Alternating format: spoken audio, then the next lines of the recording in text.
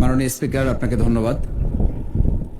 আজকে আমি মহান আল্লাহর দরবারে শুকরিয়া আদায় করি এবং আমার প্রিয় পটুয়াখালী ১১২ বাউফল ২ আসনের যারা নির্যাতন, নির্মম এবং হামলা মামলার শিকার হয়েও ভয়কে জয় করে ন্যায় এবং ইনসাফের প্রতীকে ভোট দিয়ে তারা আমাকে বিজয় করে এখানে কথা বলার সুযোগ করে দিয়েছে। মাননীয় স্পিকার, আপনি জানেন আজকে আমরা যখন এখানে দাঁড়িয়ে কথা বলি তখন আমাদেরকে এটা ভাবতে হচ্ছে যে আমরা কথা বলতে গিয়ে আবার বিগত ১৭ বছরের কোনো একটা বৈষম্যের মধ্যে পড়ে যাচ্ছি কিনা। কিন্তু আমাদেরকে এটা ভাবতে হচ্ছে আমরা যখন এখানে দাঁড়িয়ে কথা বলছি, আমাদের কথা বলার সময় শহীদ শরীফ ওসমান হাদি ইনসাফের পক্ষে কথা বলার সময় বলেছিল, আমার প্রতি যে জুলুম করবে আমি তার সাথেও ইনসাফ করতে চাই। আমরা লক্ষ্য করেছি এই সরকার প্রতিষ্ঠিত হওয়ার পর শরীফ ওসমান হাদির ব্যাপারে তার বিচারে কতটুকু কার্যকারিতা নিয়ে এসেছে তা আমরা এখন পর্যন্ত জানতে পারিনি। আমার মনে হয় আমরা সংবিধান নিয়ে ঘাটাঘাটি করতে করতে যদি সংবিধানই আমাদের রক্ষা করতে পারত, তাহলে সংবিধান আমাদেরকে বলে দিত যে আমাদের সেদিন বালু ট্রাক সরানোর ক্ষেত্রে সংবিধানের পৃষ্ঠা আমাদেরকে খুঁজতে হতো। সংবিধান যদি আমাদেরকে রক্ষা করতে পারত, তাহলে ৭২-এর সংবিধানের আলোকে আজকে আমাদের এখানে থাকার কথা না। আমি শফিকুল ইসলাম মাসুদ, আমার এখন জেলখানায় থাকার কথা। সংবিধান যদি মানতে হতো, তাহলে আমাদের মাননীয় প্রধানমন্ত্রী বাংলাদেশে থাকার কথা না, অন্য দেশের বাইরে থাকার কথা। সংবিধান মানতে হলে বর্তমান স্বরাষ্ট্রমন্ত্রী এখন দেশের বাইরে থাকার কথা ছিল। সংবিধান মানতে হলে যে বাচ্চাদেরকে আজকে এখানে শিক্ষা দেওয়া হচ্ছে, দীক্ষা দেওয়া হচ্ছে, কিংবা তাদেরকে কোনো কোনো ক্ষেত্রে জাসদের সাথে তুলনা করা হচ্ছে, সেই বাচ্চাদের নিয়ে আমরা এই সরকার দলের লোকদেরকে, সরকার দলের সম্মানিত নেতৃবৃন্দকে আমরা চোখের পানিও ফেলতে দেখেছি।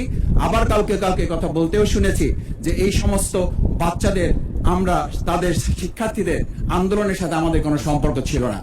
আমরা খুব লজ্জিত হই মাননীয় স্পিকার, আমাদের এই বর্তমান সময়ে আমরা যদি এটা খেয়াল করি যে আমাদের বাংলাদেশের এই বর্তমান প্রেক্ষাপটটা নতুন করে এখন যে গণভোটের যে আজকে ন্যায্যতা অন্যায্যতা, সাংবিধানিক পৃষ্ঠা, লাইন, অক্ষর, দাড়িকমা আমাদেরকে শেখানোর চেষ্টা করা হচ্ছে, যদি সেটা হতো তাহলে বাংলাদেশ জাতীয়তাবাদী দলের সম্মানিত মহাসচিব তিনি কয়েক হাজার পুলিশের বেষ্টনীর মাঝখানে একা একটা মোবাইল নিয়ে তাকে আমরা দাঁড়িয়ে থাকতে দেখেছি, তখন সংবিধান আমাদেরকে রক্ষা করতে পারে নাই। মাননীয় স্পিকার, আমি ৩৫০ মামলা নিয়ে ৭ মাসের ব্যবধানে, আপনিও আমার ২-১টা মামলাতে আপনি আমাকে সহযোগিতা করেছেন, সেটা এই সুযোগে ধন্যবাদ জানাতে চাই। আমার ৩৫০ মামলা জামিন করতে ৭ মাস সময় লেগেছে, আমার বের হতে সময় লেগেছে ৪.৫ বছর। আমি সেই ৪.৫ বছরে ৩বার রিয়ারেস্ট হয়ে 2বার গুম হয়েছি।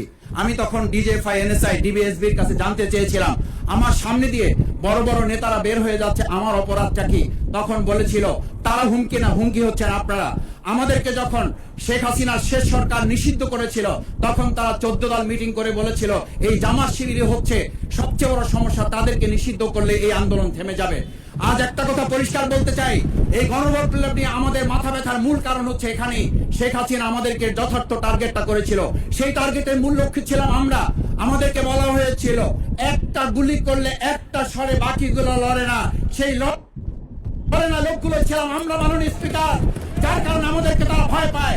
আমরা এখন বর্তমান সময় ভিডিও দেখতে পাই যে শেখ হাসিনা বাইরে থেকে বলেছিল আমরা এই দলকে ভোট দিতে বললাম, আর সেই দল আমাদের সাথে আবার বিশ্বাসঘাতকতা করেছে।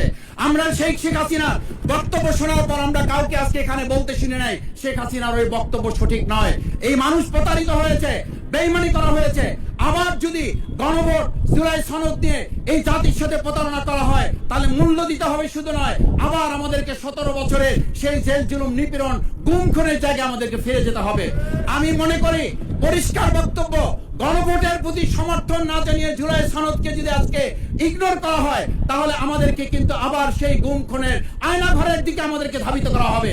আমি মনে করি গণভোটের বিরোধিতা করার অর্থ হচ্ছে আমরা আয়নাঘরকে সমর্থন করতে চাই।